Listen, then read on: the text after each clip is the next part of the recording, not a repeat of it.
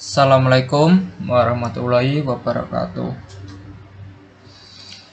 Di sini saya akan menerangkan tentang tugas besar praktikum mesin listrik tentang karakteristik motor sinkron.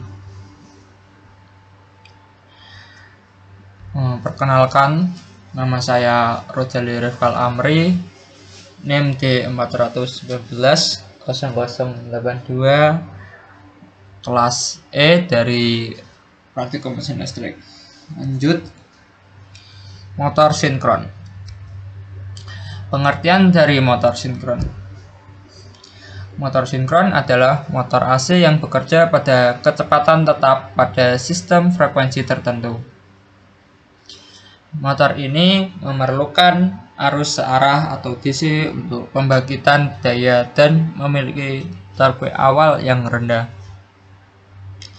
Dan oleh karena itu, motor sinkron cocok untuk penggunaan awal dengan beban rendah seperti kompresor udara, perubahan frekuensi, dan generator motor.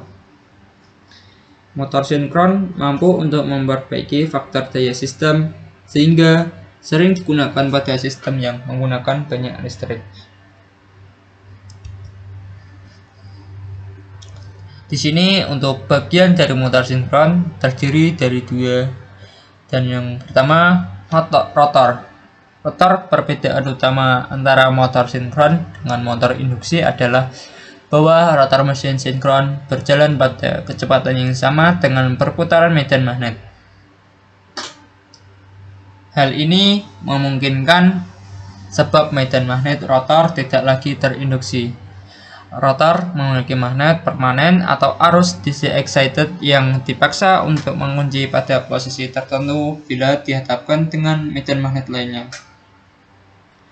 2. Stator rotor menghasilkan medan magnet yang berputar yang sebanding dengan frekuensi yang dipasok. Di sini kita dapat melihat gambar dari rotor dan stator. Untuk yang rotor yang bagian atas dan untuk yang stator bagian bawah. Selanjutnya, prinsip kerja motor AC sinkron. Motor sinkron serupa dengan motor induksi pada mana keduanya mempunyai barisan stator yang menghasilkan medan putar. Tidak seperti motor induksi, motor sinkron dieksitasi oleh sebuah sumber tegangan DC di luar mesin dan karenanya membutuhkan slip ring dan sikat atau brush untuk memberikan arus kepada rotor. Pada motor sinkron, rotor terkunci dengan medan putar dan berputar dengan kecepatan sinkron. Jika motor sinkron dibebani ke titik di mana rotor ditarik keluar dari keserambakannya dengan medan putar, maka tidak ada torque yang dihasilkan dan motor akan berhenti. Di sini kita dapat melihat grafik dari karakteristik motor sinkron. Gambar di samping menunjukkan grafik torque kecepatan motor induksi AC3 fasa dengan arus yang sudah ditetapkan. Yang pertama, mulai menyala, ternyata terdapat arus nyala awal yang tinggi dan torque yang rendah atau pull up torque. 2. Mencapai 80% kecepatan penuh, torque berada pada tingkat tertinggi atau pull out torque dan arus mulai turun. Yang ketiga, pada kecepatan penuh atau kecepatan sinkron, arus torque dan stator turun ke 0. Di sini bisa dilihat untuk grafiknya. Ya, selanjutnya untuk daya motor sinkron. Di sini terdapat beberapa rumus dari daya motor sinkron, bisa dilihat terlebih dahulu.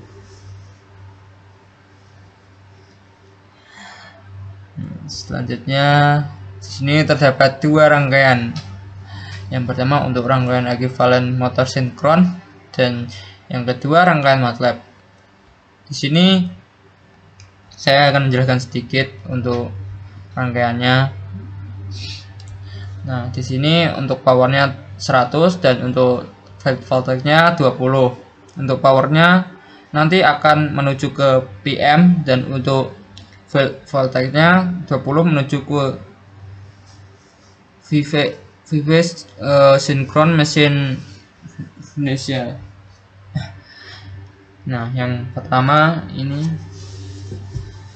yang A ini akan menuju ke trifase paralel dan menujunya ke A juga. Untuk yang B menuju ke B, C, dan D. Yang untuk A itu resistor dan untuk yang B induktor dan yang C kapasitor. Sebelumnya juga untuk trifase source yang A terhubung ke A, B ke B, C ke C. Nanti selanjutnya saya akan menjelaskan untuk rangkaiannya di Simulink. Untuk daftar pustaka ini bisa dilihat referensi saya untuk pembuatan tebes ini. Nah, simulasi di MATLAB atau Simulink. Kita buka terlebih dahulu. Nah, di sini saya akan menjelaskan lagi. Di sini kita untuk powernya menggunakan 400 dan voltage-nya 80 terhubung ke sini mesin sinkron. Nah, ini A menuju ke A, B menuju B, C ke C, sama seperti trifase source dan trifase paralel. Nah, untuk trifase source-nya kita menggunakan phase to phase-nya 120 dan frekuensinya 50 juga.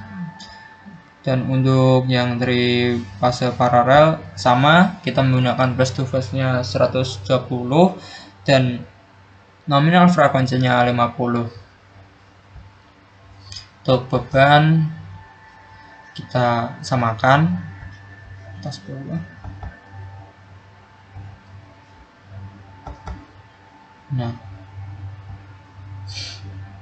sini terdapat rotor angle deviation. Nih, di sini rotor akan terhubung ke rotor deviation, rotor speed terhubung ke rotor speed, electrical power terhubung ke electrical power, untuk electromagnetic torque menuju ke torque, dan untuk field current-nya menuju ke field current. Di sini saya akan mencoba memplay. Nah, ini kita menggunakan infinity taran. Nah, di sini kita melihat nilainya berubah-ubah. Nah,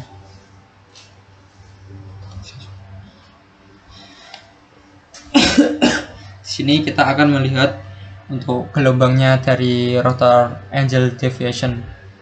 Kita klik 2 kali. Nah,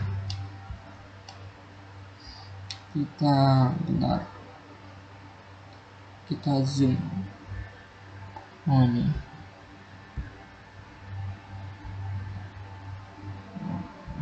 benar. Nah,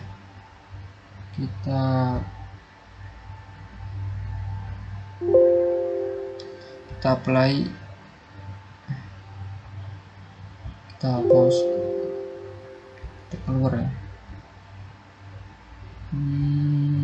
Kita coba lagi, tadi sudah keluar. Nah, di sini kita bisa melihat gelombangnya untuk grafiknya ke bawah, ke atas ke bawah. Selanjutnya untuk rotor speed. Nah, di sini kita bisa melihat, kita apply. Di sini kita melihat gelombangnya berbeda seperti yang pertama. Ini untuk ketika melihat di zoom bisa melihat gelombangnya dengan kecepatan infinite.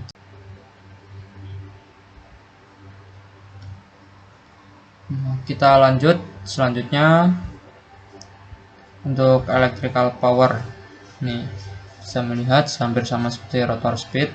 Selanjutnya untuk torque sama, hampir sama. Dan yang terakhir untuk field current berbeda dari sebelumnya karena ini gelombangnya terlihat kecil. Ya, sekian penjelasan dari saya, kurang lebihnya mohon maaf. Wassalamualaikum warahmatullahi wabarakatuh.